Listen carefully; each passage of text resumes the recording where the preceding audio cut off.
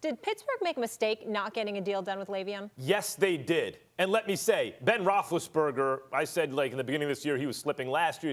He has been great this season and better as the season has worn on in big moments. It was not luck that Roethlisberger found Antonio Brown for that huge first down all the way down the field. It was not luck that Roethlisberger got into the end zone from where he got in. But the most relieved guy on the field had to be James Conner, who dropped a touchdown, and that was the second drop he had on that drive, critical drop. And where did it show up? The difference between Le'Veon Bell and James Conner? In the passing game. That's why Le'Veon Bell wants all the money. He's not just a running back. He's an excellent wide receiver, and not just in the slot. He can line up. You can split him out wide. Le'Veon Bell is just one of the greatest players in the game today. And to not have him on your team diminishes your chances of winning. And think about what happened here, Stephen A. Le'Veon Bell said, I'll come back for you. Just guarantee me you won't tag me again. And the Steelers said no. So it's not just about Le'Veon Bell in this season. It's about control over the players.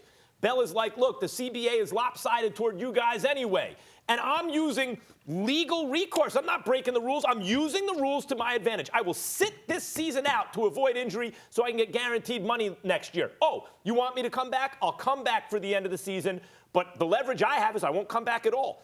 If you guarantee not to tag me, the Steelers still couldn't make him that guarantee. So they wanted him back, but only if they could not set precedent of giving up any control in the future.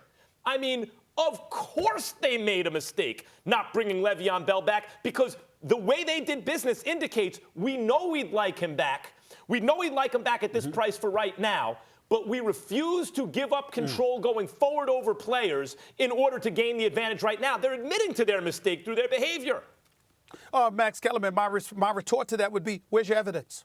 Where's your evidence? It's a rhetorical question. Don't bother answering. I'll do it for you. And here's how I'm going to do it. Last time I checked, the Steelers are 7-2-1. Last time I checked, there looks to be some vulnerability on the part of the New England Patriots. There seems you don't know whether or not there's going to be vulnerability on the part of the Kansas City Chiefs because of their defense. Oh, by the way, your Chargers, those Chargers that you love so dearly, Max Kellerman, that you swear is going to be in the Super Bowl, they just lost to the Denver Broncos yesterday. Let's not forget about that. So we got all of these question marks right now within the AFC. With Le'Veon Bell, what did the Steelers do? I thought they got bounced by Jacksonville last year. I thought they got ramrodded by the Patriots in the AFC Championship game. A legitimate argument could be made, since he can't play defense for them, that Le'Veon Bell would have made no difference whatsoever. Why? Because you're looking at James Conner and the level of production that he has and how it's commensurate with the numbers that Le'Veon Bell has been putting forth. Juju Smith-Schuster has emerged as a number one receiver in this game. That doesn't mean Antonio Brown isn't. It simply means that the Steelers have two number ones. Oh, by the way, this guy Vance McDonald,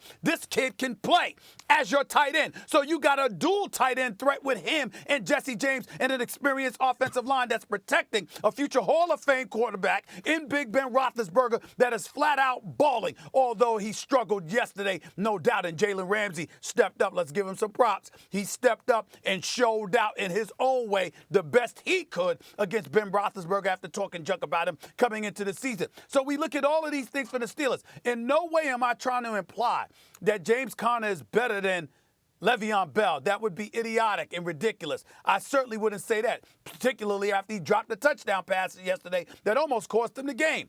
But the reality is that his numbers are comparable and commiserate with what Le'Veon Bell has done for you in the past. The offense is explosive because you got two number one receivers and all the other additives that I mentioned. So the point is, even though I get where you're coming from, this particular season, this particular moment, there is no evidence that this has cost the Pittsburgh Steelers. Zero. But There's no evidence. It's not about what you or I think or what the evidence is. It's about what the Steelers think. Think about this, Stephen A.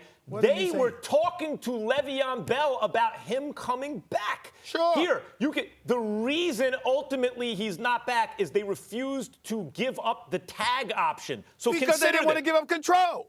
But now they have no control. They gave up control anyway. It wasn't about control over this player at this moment. That means it also wasn't about this season. They believed they were better with Le'Veon Bell, but they did not want to set precedent going forward for other iterations of this team and for other players who may imitate because Le'Veon of other Bell. bodies that they have to add to the team. And they don't want to sit there and set a precedent and position themselves to get exposed in the future to the same maladies that may have exposed them now with Le'Veon Bell. So the question is, if you don't have Le'Veon Bell, what did it cost you? If the Steelers go to the playoffs, Max, and they go to the AFC Championship game and they lost, okay, how is that any different than what happened with Le'Veon Bell? That's all I'm saying. So they're willing, by their own admission, through their behavior, to be a lesser version of themselves this year order to protect future versions of themselves.